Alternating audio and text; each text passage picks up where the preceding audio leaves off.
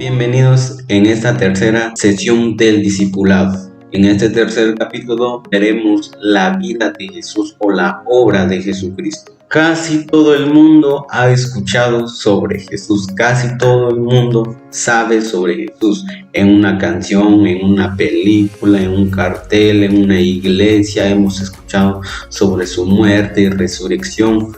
Pero como cristianos, ¿qué significa esto? En este capítulo desarrollaremos el significado de la muerte y resurrección de Jesucristo. Hace más de 2000 años, un niño nació en Belén, El Salvador. En el libro de Mateo, capítulo 1, versículo 21, nos narra la historia de cómo fue anunciado el nacimiento de Jesús y que cómo se le llamaría y por qué vino a este mundo.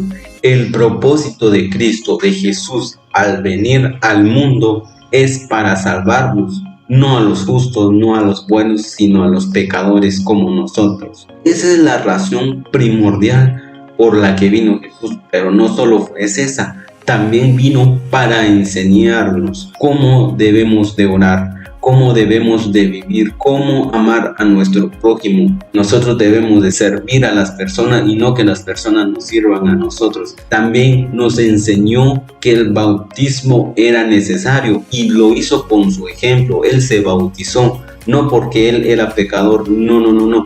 Él lo hizo como ejemplo. Jesús es la revelación más grande de Dios, es el verbo hecho carne. La Biblia nos narra que Jesús nació en Belén como hijo de María y José en el periodo de Herodes el Grande. Este hombre mandó a matar a todos los niños por miedo a que uno de ellos fuera el Mesías. El concepto del Mesías que tenían estos israelitas es que era un rey que los gobernaría, que los salvaría, tal vez similar a Salmón o a David.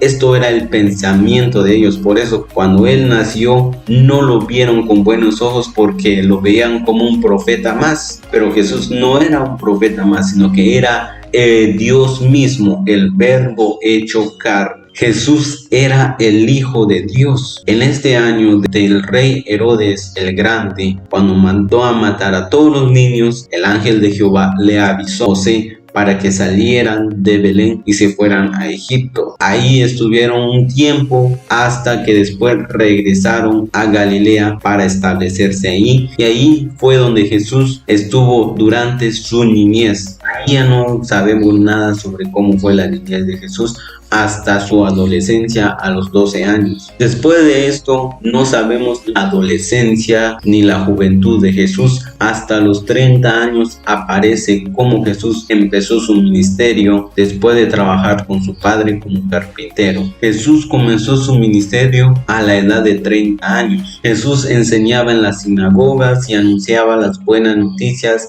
que era la expiación de pecados, la salvación. Lo podemos ver en Mateo capítulo 4 versículo 23. Pero como sabemos, Jesús no cumplió su ministerio solo, sino que escogió a 12 discípulos suyos. En el libro de Marcos capítulo 3 versículo 14 vemos ahí que fue para que ellos fueran los mensajeros del mensaje que Jesús dejó en la tierra y que no se desapareciera, sino que ellos dieran las buenas nuevas. Vemos que Jesús también quería algo en especial hacia sus discípulos, cómo ellos deberían de vivir su vida. Lo encontramos en el libro de Lucas capítulo 22 del versículo 25 al 27. Jesús les dijo esto: aunque vean a los reyes, gobernadores de pueblos que no dejan hacer nada sin permiso. Además, estas personas son las que gobiernan a todas las personas, les dicen qué hacer y les dicen qué no hacer. Pero Jesús les dice algo: que no sean como los reyes. Jesús dice que el que sirve es el más importante en el reino de Dios. Servir. Ese es el punto clave de un cristiano. Sirvamos a las personas y no esperemos que ellos nos sirvan a nosotros. No. sino que nosotros somos enviados a servir y a proclamar las buenas nuevas. En este capítulo apenas estamos viendo algunas cosas sobre la vida de Jesús. Juan capítulo 15, versículo 15. Yo no los llamo sirvientes, porque un sirviente no sabe lo que su jefe hace. Los llamo amigos, porque les he contado todo lo que me enseñó mi Padre. Una perspectiva de la vida de Cristo. Veamos este cuadro. Hasta los 30 años Jesús inició su ministerio en público. Y bueno, los 3 años del ministerio de Jesús en público podemos ver que inició primero con el bautismo,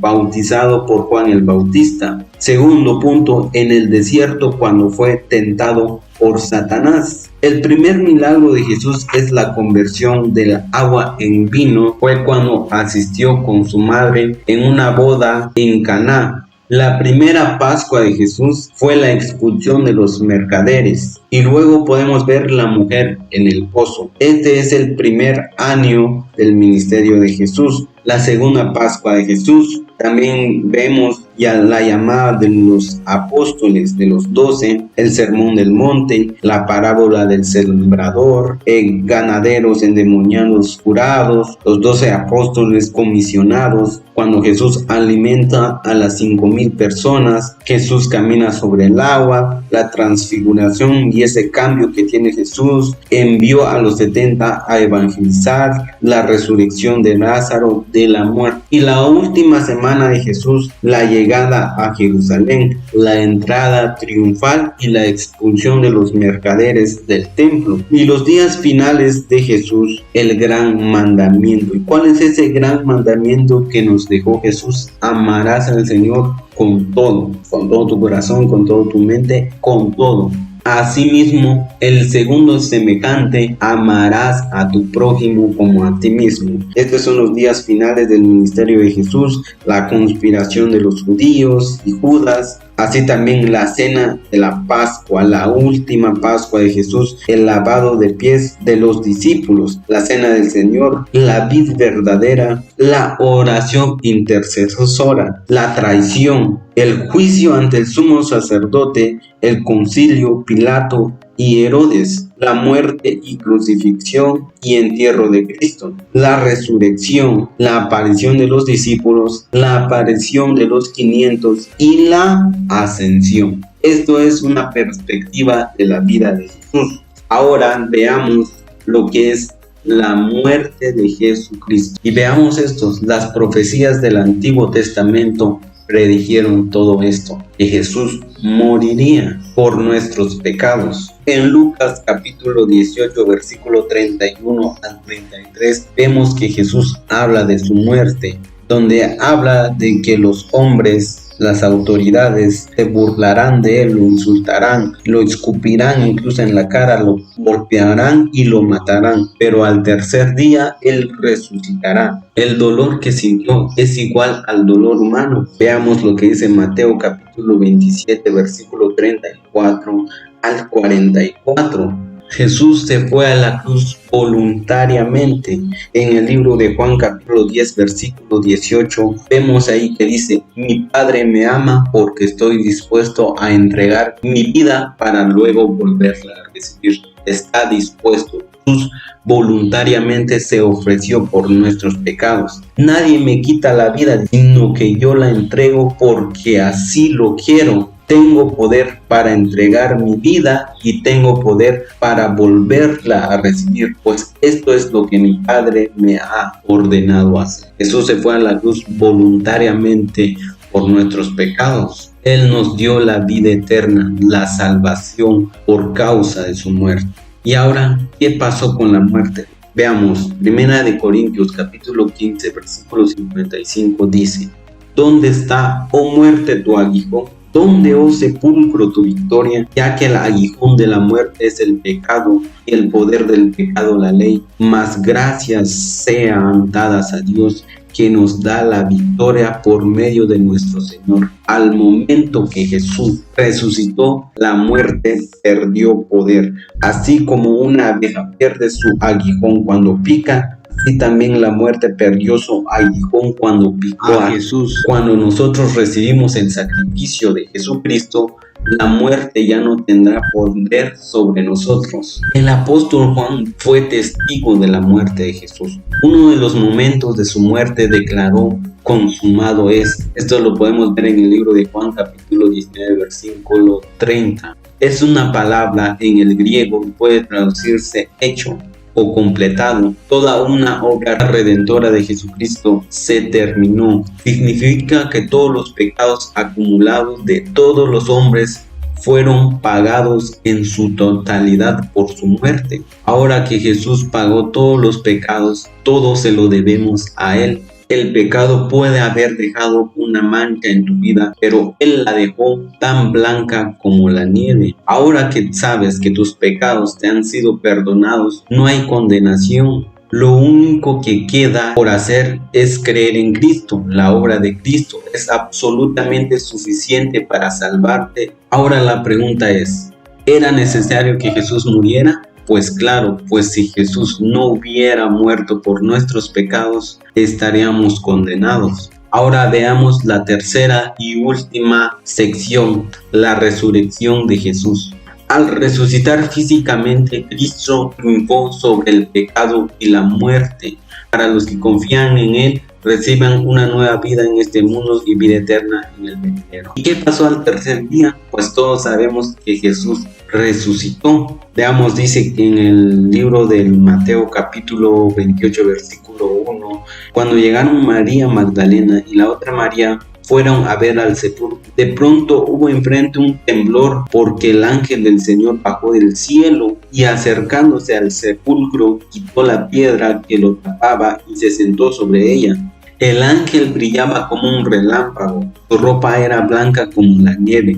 Al verlo, los soldados temblaron de miedo y se quedaron como muertos. El ángel dijo a las mujeres: no tengan miedo, yo sé que están buscando a Jesús, el que fue crucificado. No está aquí, sino que ha resucitado, como dijo. Después de ver este milagro, los soldados fueron corriendo a contarle a los ancianos lo que había ocurrido. Pero estos ancianos sobornaron a los soldados para que no dijeran la verdad y lo que contaran fuera una mentira. Y esto fue lo que le dijeron al gobernador: que mientras ellos estaban durmiendo, los discípulos de Jesús fueron y sacaron el cuerpo de él. Y esta es la explicación que hasta el día de hoy circula entre los judíos. Después de la resurrección de Jesús, Él se les apareció a sus discípulos, pero ellos se asustaron mucho pensando que estaban viendo un espíritu. Pareciera que estos discípulos no tuvieran fe en Jesús, porque Él les había dicho ya que Él resucitaría al tercer día. ¿Y cómo les hizo para probarles que era Él? Pues Jesús les dijo que no se asustaran. Vean, pueden tocar mis manos, aquí estoy presente. Al decirles esto, Él les enseñó sus manos y pies. ¿Y qué pasaría si Jesús no hubiera resucitado? Pues sería en vano lo que estuviéramos haciendo, no serviría de nada lo que estaríamos haciendo, nuestra fe sería en vano. Pero Pablo, en 1 Corintios capítulo 15, versículo 20 al 26, habla de que Jesús resucitó. Al resucitar, Cristo triunfó sobre el pecado y la muerte, para que los que confíen en Él reciban nueva vida en este mundo y en el venidero. Se comprobó que Dios no solo tiene poder sobre la enfermedad, sobre los demonios y sobre la escasez, sino que es más poderoso que hasta la misma muerte. Ahora los pecados ya no nos esclavizan para siempre, porque con su resurrección Jesús venció el poder de las tinieblas sobre nosotros. En Él somos libres, tenemos su luz en nuestros corazones, la esperanza del perdón y la vida eterna. Gracias a Él no somos desdichados, todo lo contrario. En Él tenemos dicha eterna, la salvación de nuestras almas. Ahora tenemos esperanza. Mucha gente dice: tengo esperanza, cuando quiere decir yo deseo. Así que vamos a echar un vistazo a lo que significa la esperanza para el cristiano. La esperanza bíblica es la certeza, no una probabilidad, debido a que Dios solamente reposa mi alma, porque de Él viene mi esperanza. Dice Salmos capítulo 62, versículo 5. La esperanza bíblica es posible cuando nosotros creemos en la existencia de un Dios vivo, cuando interactúa e interviene en la vida humana, en la cual nosotros podemos confiar en sus promesas. Y esta palabra esperanza expresa confianza y seguridad con relación al futuro, porque se basa en promesa, el carácter y la fidelidad de Dios. La esperanza nos da alegría y paz. Ahora entendemos lo que dice 1 Corintios capítulo 15, versículo 1 al 5, que nosotros debemos de creer en Jesucristo. Estamos creyendo firmemente, podremos recibir nuestra salvación, la vida eterna, y que Cristo murió en lugar de nosotros, porque nosotros éramos pecadores, pero al tercer día resucitó. Dios me los bendiga y hasta la próxima.